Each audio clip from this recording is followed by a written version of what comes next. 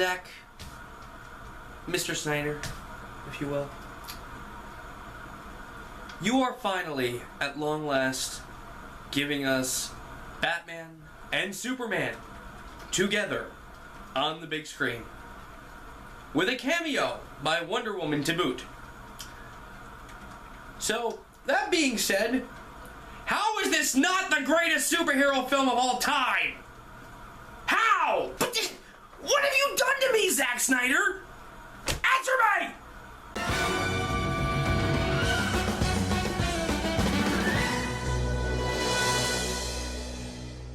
Welcome back to Filmmaster Reviews. I'm Adam J, and yeah, let's just acknowledge the elephant in the room right now. I want to say that I do apologize for my long absence. It's been a long time since I've released a review, but I've been so incredibly busy, it's not even funny. I've been going through the Film Production Master's program at Full Sail University and have been working almost non-stop with my fellow crew members on our thesis film. I am the camera operator on the project. We are using 2 different cameras, which means I have to memorize the ungodly amount of codes and features that each camera holds. On top of that, I also had my real-world job because, contrary to popular belief, constantly bitching about Michael Bay every other month does not pay the bills.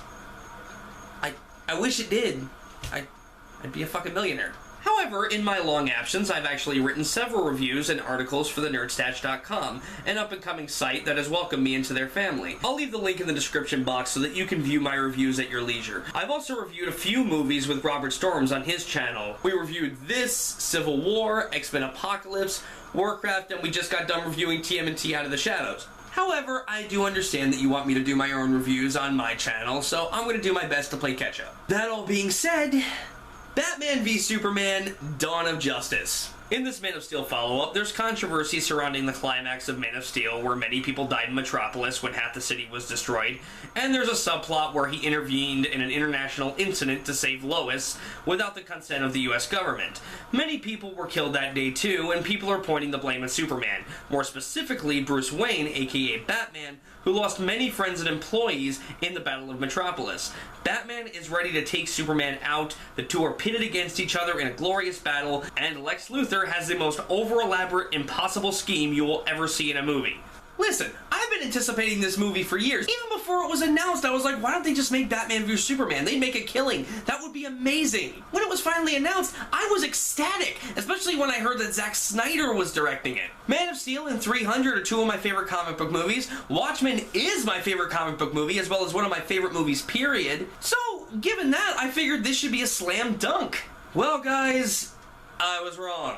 While Batman v Superman has many moments of merit that make it worth seeing, it is an absolute mess of a film. It has so many things going on that at times it feels like 2 separate movies. Hell, I've heard rumors that the original cut of this film was almost 4 hours long.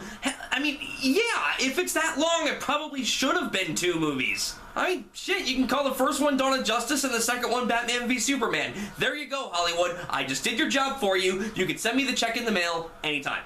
Now let's talk about the things I did like in this movie first. I've been saying it since his casting was first announced, and now I get to unload all my bragging rights in this video. Ben Affleck fucking crushed it as Batman. My God, he was fantastic. I cared about his character the entire film. I understood why he was over the edge and more hardcore with his vigilante activities. I understood perfectly why he hated Superman, and he is an ultimate badass as the Gotham Bat. Every action scene with him is spectacular. Some of the best Bat action we've ever been given. The fight between him and Superman is amazing. Hell, it felt like The Dark Knight Returns just leapt onto the screen at some points. The final battle with Doomsday, spectacular to witness. Gal Gadot as Wonder Woman was great, even if she wasn't in the movie much. I am pumped to see her solo film. Jeremy Irons as Alfred was perfectly casted. The film definitely could have used more of him, but he was still awesome. The film in general looks great. There's some wonderful cinematography here. At first, when the film begins, I was a bit annoyed that we had to see Bruce Wayne's parents die again, even though their death is pretty much common knowledge at this point. However, the way it was shot was brilliant. It's without a doubt in my mind the best interpretation of Thomas and Martha Wayne's death to date. That being said, the rest of the film is a complete mess. The story structure is just all over the place. The editing in the first half of this movie is terrible because it connects scenes that really don't have much to do with each other. When it does that, it just makes the movie an absolute bitch to follow. 45 minutes into this, I looked over at Rob and just went, what the fuck is going on? Now, first and foremost, though, the worst thing in this film is the dream sequences. Oh, good God. The fucking dream sequences. They were pointless, regardless of whether they are setting up future stories or not. The futuristic wasteland scene, coupled with the Flash cameo, may have worked as an after-credits moment, but as part of the film, they come out of nowhere and feel so out of place. Why did we need to see Man-Bat in a scene where Bruce visits his mother's grave? Why did we randomly see Clark hallucinate his father on a mountaintop talking to him? It just doesn't make sense. In the end, all the dream sequences are just annoying little detours. Remember the Thor Ragnarok moment in Age of Ultron where Thor went to the pool and he got electrocuted or whatever and he had like the vision of the future? Remember how out of place it felt in that film? Yeah, picture that about 4 times in the same movie.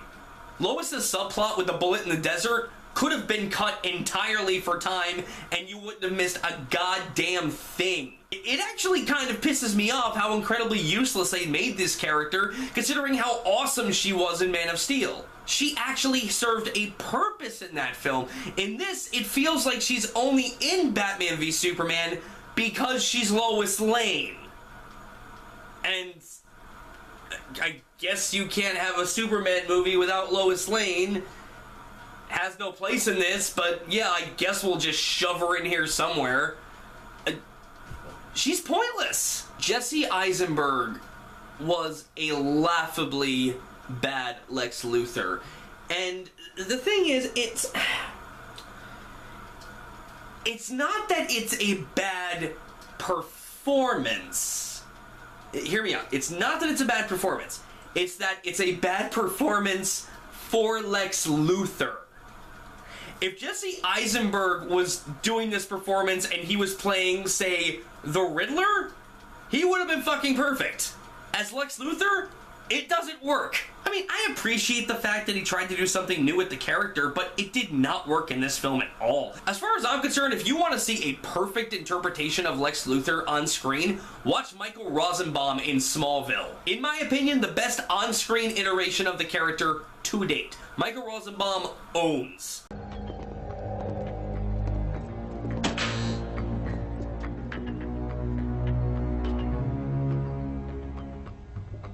I know you. You've stolen from me before. I want a lawyer. And I want a ponytail. Disappointment abounds. The movie does bring up a ton of interesting ideas, asking what Superman can do as opposed to what he should do, showing the people that have suffered because of Superman's actions, Superman realizing that even doing the right thing can have bad consequences. I mean, yeah, he saved Earth from an alien invasion. The Earth would be destroyed if he had not intervened. However, thousands of people still died, and they're all pointing the blame at him. Now, these are all interesting ideas. The problem is they don't go anywhere. The film doesn't do anything with them. They feel like useless footnotes than actual plot points. Also, while I admittedly liked the fight between Batman and Superman, the motivations for it make next to no sense. I mean, when you think about it, these two wouldn't even have had to fight if they had just stopped for a minute and had, like, a 10-second conversation. You know, these are two very intelligent characters. You think they would have done that. And thus, because of that, it just makes the fight come off as forced and weak. Also, I do want to kind of defend something else in the movie. Okay? I understood what they were going for with the Martha angle. It's supposed to be Batman realizing in that moment that he's gone too far, because now he's not just killing an alien like he thought. He's taking a son away from his mother. Like, I got it. I completely understood exactly what they were going for. However, the way it was edited and cut together, it came across more like this. What? Did we just become best friends? Yep! You want to go do karate in the garage? Yup.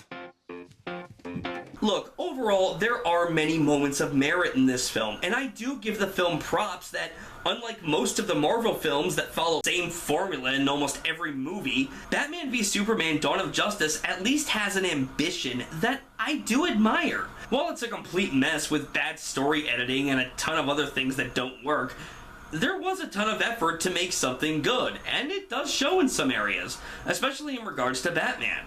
I can't say the movie's a failure, but I cannot call it a success either. In the end, I'm giving Batman v Superman: Dawn of Justice a C-. I was incredibly disappointed with this film, and I can only hope that the ultimate cut is much better than this. Well, that was my review of Batman v Superman. Please let me know what you thought in the comment box below, and please subscribe if you want to see more. Black and blue. God versus man. Day versus night.